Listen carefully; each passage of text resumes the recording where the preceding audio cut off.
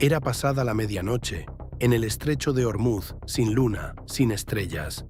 Un sistema de baja presión que llegaba desde el Golfo de Omán había empujado el oleaje hasta unos 2 metros, confuso, agitado, el tipo de estado del mar que devora los sonidos. Y en algún lugar bajo esa agua negra, 3 submarinos iraníes se acercaban silenciosamente al buque de guerra más poderoso de la Tierra. Esto no es una película, no es un ejercicio de entrenamiento, y lo que ocurre a continuación no es lo que usted esperaría. Hoy vamos a recorrer uno de los enfrentamientos submarinos más intensos de la era moderna. Cómo Irán construyó embarcaciones que los analistas occidentales ignoraron en gran medida. Cómo estuvieron a punto de lograr algo que habría reescrito las reglas de la guerra naval. Y por qué un único operador de sonar de la Armada estadounidense, mirando fijamente una lectura de confianza del 31% en plena madrugada, es en definitiva la razón por la que esta historia termina como termina. Quédense conmigo, esta va muy hondo. Empecemos por la geografía, porque el estrecho de Hormuz no es simplemente un escenario aquí. Es un arma. En su punto más estrecho mide unos 53 kilómetros de ancho. A través de él fluye aproximadamente el 20% de todo el suministro mundial de petróleo. Petroleros, portacontenedores, buques gaseros, moviéndose de día y de noche, sin parar, durante todo el año. Es el punto de estrangulamiento estratégicamente más importante del planeta. Para la Armada de los Estados Unidos, transitar el estrecho es una declaración. Cuando un grupo de combate aeronaval americano cruza ese paso hacia el Golfo Pérsico, no es simplemente logística, es un mensaje. Podemos estar aquí. Podemos proyectar poder en cualquier punto de esta región en pocas horas tras una orden de despliegue. Llevamos décadas haciéndolo y seguiremos haciéndolo. Pero he aquí el problema que la Armada conoce desde hace exactamente igual de largo. El estrecho es poco profundo, es angosto, y acústicamente es una pesadilla absoluta para operar en él. Hay ruido de barcos comerciales resonando desde el Canal Norte. Hay capas de temperatura en el agua, lo que se denomina termoclina, que doblan y dispersan los pulsos de sonar como un espejo de feria. Hay un ruido biológico masivo procedente de la vida marina que se concentra justo alrededor de esas mismas capas térmicas. Y sobre todo eso se superpone la firma acústica del propio grupo aeronaval. Reactores en marcha, hélices girando, miles de tripulantes a bordo de 5 buques en formación cerrada. Para un cazador de submarinos es como intentar escuchar un susurro dentro de un estadio durante un concierto. Para un submarino que no quiere ser encontrado es prácticamente el paraíso. Irán lo sabe. Irán lo sabe desde hace mucho tiempo, y durante las 2 últimas décadas Irán ha estado construyendo calladamente exactamente el tipo de capacidad diseñada para explotarlo. Cuando la mayoría de la gente imagina los submarinos iraníes, piensa en los viejos buques costeros, pequeños, relativamente ruidosos, el tipo de embarcaciones que los analistas navales occidentales han fotografiado, catalogado y archivado en gran medida bajo el epígrafe de molestia regional. Eso no es del todo incorrecto, pero es una imagen incompleta. De lo que se habla menos es de la seria inversión que Irán ha realizado en lo que podría llamarse la siguiente generación, una clase de submarinos que no aparece en la mayoría de las evaluaciones públicas porque no fue construida a través de los canales de adquisición habituales, componentes obtenidos a través de intermediarios, ensamblaje llevado a cabo en una instalación que las imágenes satelitales comerciales marcaban sistemáticamente como inactiva, el tipo de proyecto que se lleva adelante cuando específicamente no se quiere que nadie sepa que se está llevando adelante. Estos buques, llamémoslos clase Zulfikar, a efectos de esta historia, no eran enormes. Cada uno desplazaba alrededor de 1.100 toneladas en inmersión. No era un submarino nuclear, no era un kilo ruso. Pero lo que les faltaba en tamaño lo compensaban en 2 áreas muy específicas, el silencio y el armamento. El sistema de propulsión era la clave. Estos submarinos utilizaban lo que se denomina propulsión independiente del aire, conocida por sus siglas en inglés AIP, ya estándar en la industria. Los submarinos diésel eléctricos necesitan ascender regularmente a la profundidad del snorkel para hacer funcionar sus motores diésel y recargar sus baterías. Ese proceso genera ruido y, lo que es crítico, crea un momento en que el submarino se vuelve detectable. El AIP elimina eso. El sistema que utilizaba Irán era un circuito cerrado diésel-oxígeno que permitía una operación silenciosa sostenida a baja velocidad durante hasta 9 días sin acercarse en absoluto a la superficie. A 4 nudos con AIP, estos submarinos tenían una firma acústica por debajo de 90 decibelios. Para ponerlo en contexto, eso es más silencioso que muchos barcos pesqueros, más silencioso que el ruido biológico ambiental en el estrecho de noche. Para los sistemas de sonar pasivo que los perseguían, estos aparatos eran casi invisibles, y la carga de armamento tampoco era discreta. Cada buque llevaba torpedos supercavitantes de clase Hood, diseñados a la inversa a partir de un modelo ruso, capaces de 200 nudos gracias a una envolvente de burbuja de gas que elimina la resistencia del agua. A esa velocidad, para cuando los sistemas defensivos de un buque de superficie detectan el arma, la ventana de reacción es casi inexistente. Junto a esos, misiles antibuque alojados en celdas de lanzamiento vertical integradas en la estructura de la vela. La combinación no era accidental. Los misiles estaban diseñados para desencadenar respuestas defensivas y desviar la atención. Los torpedos estaban diseñados para matar. La operación había sido planificada durante 19 meses. Su designación interna, traducida libremente, era Camino del Honor. Se asignaron 4 submarinos. El objetivo era el USS Ronald Reagan, CUV-N-76, un portaaviones de clase Nimitz con un grupo de ataque completo, un crucero, 2 destructores, un submarino de ataque rápido en cola y un buque de abastecimiento. El grupo no había hecho ningún esfuerzo particular por ocultar su presencia. Había sido objeto de cobertura mediática internacional durante varios días antes del tránsito. Sus transpondedores AIS emitían señal. Su ruta era predecible. Los 4 submarinos habían avanzado sigilosamente hasta su posición a lo largo de las 6 horas de la noche anterior, moviéndose a 2 nudos y medio, pegados a una profundidad justo por encima del límite de la termoclina, utilizando la capa de temperatura como escudo acústico contra cualquier sensor que barriera desde arriba. Sin sonar activo, sin radio, navegación íntegramente guiada por sistemas inerciales precargados y cartas de correlación topográfica. Al cabo de esas largas horas de aproximación nocturna, la formación había alcanzado lo que el comandante del grupo, a bordo del buque de cabeza, determinó como la geometría óptima. 2 submarinos posicionados por delante de la derrota del portaaviones, a unos 2000 metros el uno del otro, estacionados a 78 metros de profundidad. Uno posicionado al sur para un disparo de costado al través de babor del portaaviones. Uno más al noreste, cubriendo cualquier desviación de rumbo a estribor. Una formación en rombo, una solución de disparo triangulada desde 3 marcaciones independientes. Tiempo de impacto calculado de las armas. 94 segundos desde el lanzamiento.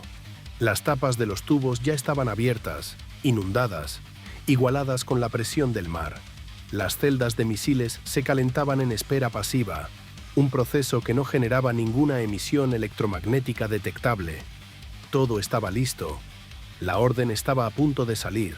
Aquí es donde la historia gira sobre un detalle tan pequeño que casi no llega a ocurrir. A bordo del USS Charlotte, un submarino de ataque rápido clase Los Ángeles que navegaba en los ángulos muertos del grupo aeronaval, a unos 60 metros de profundidad, el supervisor de sonar, un suboficial mayor, realizaba una rotación de guardia estándar. Su antena remolcada, que se extendía 240 metros por detrás del buque, estaba diseñada para captar señales de baja frecuencia exactamente en el rango donde viven los submarinos diésel eléctricos y AIP silenciosos. Poco antes de que la orden iraní fuera a transmitirse, algo apareció en la pantalla de cascada. No era una alarma, no era un contacto sólido, era un patrón, una microvariación en el campo de ruido ambiental a 47 hercios, repitiéndose a intervalos de 3,2 segundos, apareciendo simultáneamente en 3 elementos de la antena. El algoritmo de detección automatizado lo había señalado con un 31% de confianza. El umbral de alerta estándar era del 45%. El 31% es ruido. El 31% son organismos biológicos. El 31% es un buque mercante a 3 kilómetros. Cualquier interpretación razonable de ese número dice que se deja pasar, pero el intervalo era demasiado regular. Y el marcación, 280 grados, suroeste, por delante de la derrota del portaaviones, no coincidía con nada en el cuadro de superficie. El supervisor de sonar pulsó su intercomunicador. Le dijo al oficial de guardia que tenía un posible contacto tonal débil y recomendó un único ping activo en la antena de flancos. El oficial de guardia dudó 3 segundos. El protocolo estándar para el uso del sonar activo en una zona de tráfico comercial requería coordinación previa. 3 segundos. Luego de acuerdo. Un ping. Prepárense. El pulso abandonó el Charlotte instantes después. Viajó hacia afuera como una esfera de presión en expansión. Alcanzó el límite de la termoclina. Se refractó hacia abajo y barrió la columna de agua inferior en un arco bajo la capa acústica. Encontró el primer submarino a 1.340 metros por delante. Sólido, geométrico, no biológico. Un casco de acero a 79 metros de profundidad. Medio segundo después, encontró un segundo contacto a 1.890 metros. Luego un tercero, parcialmente ocluido por la termoclina, a una distancia incierta hacia el sur. El supervisor de sonar ya estaba transmitiendo antes de que el análisis del retorno estuviera completo. Contactos sumergidos múltiples. Geometrías sólidas en 3 marcaciones. Son submarinos. Múltiples submarinos por delante de la formación. El informe llegó al Centro de Información de Combate del USS Ronald Reagan segundos después del ping. Lo que siguió fueron 41 segundos desde el informe inicial hasta los puestos de combate. La alarma general del portaaviones sonó casi de inmediato. 3 ciclos del tono digital plano seguidos del anuncio. Puestos de combate. Todo el personal a sus puestos de combate. Esto no es un simulacro. Simultáneamente, los datos tácticos se distribuyeron a cada plataforma del grupo. En una ráfaga de 0,3 segundos sobre el enlace 16, el E-2D Hawkeye, en la catapulta delantera, tenía su motor girando antes de que la alarma terminara. Estaba en el aire minutos después, ascendiendo a 975 metros por minuto, con el radar en modo de búsqueda activo antes de que el tren de aterrizaje se retrajera por completo. En el USS Chancellorsville, el sistema de sonar de combate cruzó los datos activos del Charlotte con sus propios retornos de casco y localizó los 4 contactos, incluyendo el cuarto submarino que se había ocultado más profundamente en la sombra térmica al noreste del grupo. Los 4 estaban ahora bajo seguimiento, con actualizaciones de posición cada 4,2 segundos. El USS Shoup viró bruscamente a babor a 30 nudos. El USS Milius rompió a estribor, su sistema de lanzamiento vertical girando a orientación de ataque. Ambos destructores activaban su sonar activo. El estrecho se iluminó con energía acústica mientras todo el grupo de ataque pasaba de la detección pasiva a la persecución activa. Helicópteros MH-60R Seahawk, 2 desde el Chancellorsville, 1 desde el Shoup, estaban en vuelo en menos de 4 minutos, cada uno transportando sonar de inmersión y torpedos ligeros Mark 54. Se desplegaron en un patrón de búsqueda coordinado, volando a 45 metros sobre el oleaje, sumergiéndose en puntos precalculados que flanqueaban los corredores de movimiento proyectados de los submarinos. Dentro del submarino iraní de cabeza, el comandante escuchó los pings, todos ellos desde 3 direcciones simultáneamente. Su operador de sonar pasivo anunciaba contactos más rápido de lo que él podía procesarlos. Combatientes de superficie acelerando, helicópteros, el aullido sostenido de un submarino de ataque americano pintándolos desde corta distancia. La geometría se había derrumbado. Los habían encontrado. Tomó la única decisión que la situación táctica permitía. Lanzamiento inmediato, solución de disparo degradada, saturar el objetivo con todo lo disponible. El buque de cabeza disparó 2 torpedos Hood y 3 misiles antibuque en una salva de 4 segundos. Los misiles rompieron la superficie a 1.700 metros por delante del USS S. Ronald Reagan e inmediatamente activaron sus buscadores de radar, bloqueándose en la enorme sección transversal de radar del portaaviones. Nunca se acercaron. La suite de guerra electrónica del portaaviones identificó las emisiones de los buscadores de misiles en el momento en que se activaron: frecuencia, forma de onda, intervalo de repetición de pulsos, y respondió en 180 milisegundos con un haz de interferencia focalizado. 2 misiles se volvieron inmediatamente balísticos, con la guía destruida, impactando el agua a 800 metros del buque. El tercero perdió momentáneamente el bloqueo, readquirió mediante su modo inercial de respaldo y fue interceptado a 400 metros por el sistema de armas de corto alcance del portaaviones. Un cañón rotativo de 20 milímetros girando a 4.500 rondas por minuto, destruido en una ráfaga de 0,6 segundos a 310 metros. Los 2 torpedos supercavitantes eran la amenaza más peligrosa. A 200 nudos se encontraban dentro de la ventana de reacción tradicional para la defensa contra torpedos, pero el Charlotte ya había esprintado por delante del portaaviones en el momento en que los contactos fueron clasificados, colocándose entre las armas y su objetivo. Su sistema de contramedidas desplegó señuelos acústicos que replicaban la firma de propulsión del portaaviones a mayor amplitud. El primer torpedo siguió al señuelo. El segundo perdió su envolvente de supercavitación a 900 metros cuando la perturbación acústica destruyó la burbuja de gas que le daba su velocidad. Cayó a velocidad subsónica, perdió la coherencia de guía y se quedó sin combustible a 200 metros del casco del portaaviones. El portaaviones nunca fue alcanzado.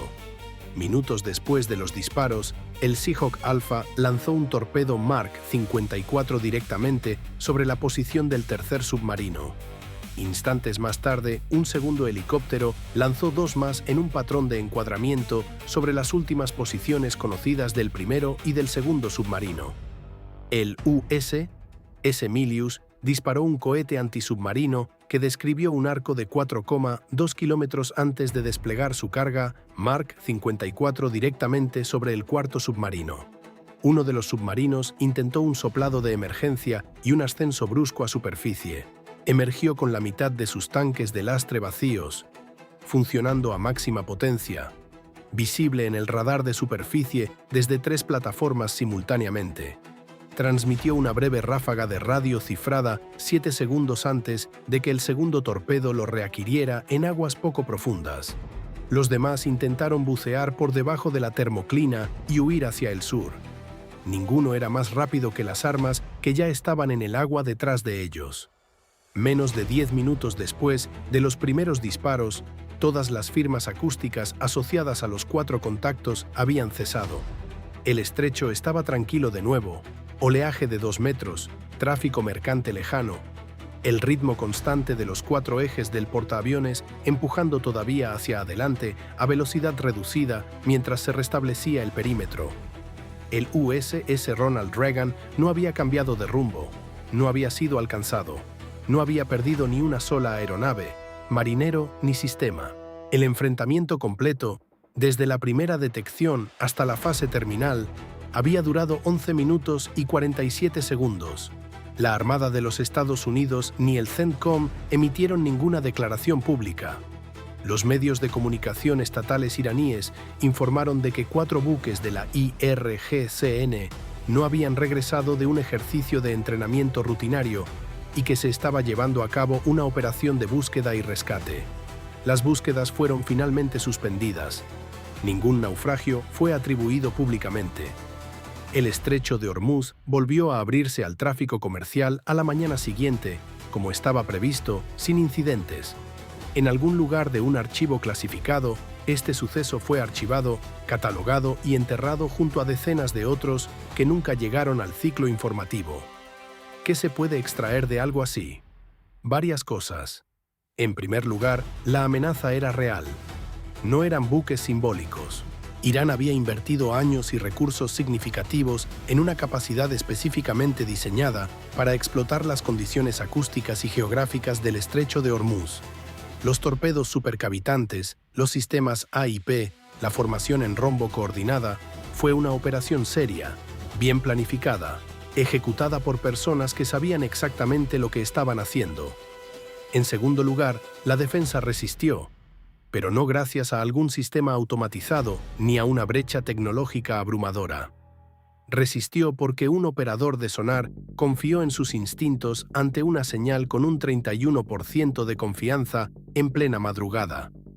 Y porque un oficial de guardia no esperó los 4 segundos adicionales que el protocolo técnicamente podría haberle permitido. Y en tercer lugar, y esta es la parte que debería quedarse con usted, eventos como este, o eventos muy cercanos a este, puede que ya formen parte del registro público. Simplemente están archivados bajo un nombre diferente. El océano no emite comunicados de prensa. Los incidentes que moldean el verdadero equilibrio del poder naval rara vez llegan a su pantalla. La línea entre una operación de presencia rutinaria y un incidente catastrófico se mide a veces en hercios, en milisegundos, en el criterio de una sola persona de guardia en la oscuridad que confía en un número que casi no merecía la pena de confiar. Eso es todo por hoy. Si quieren más análisis en profundidad como este, operaciones navales, tecnología militar, las historias que nunca llegan del todo a los titulares, suscríbanse y activen la campana. Dejen un comentario si hay alguna operación o sistema de armas específico que quieran que cubramos en el próximo episodio. Nos vemos en el siguiente.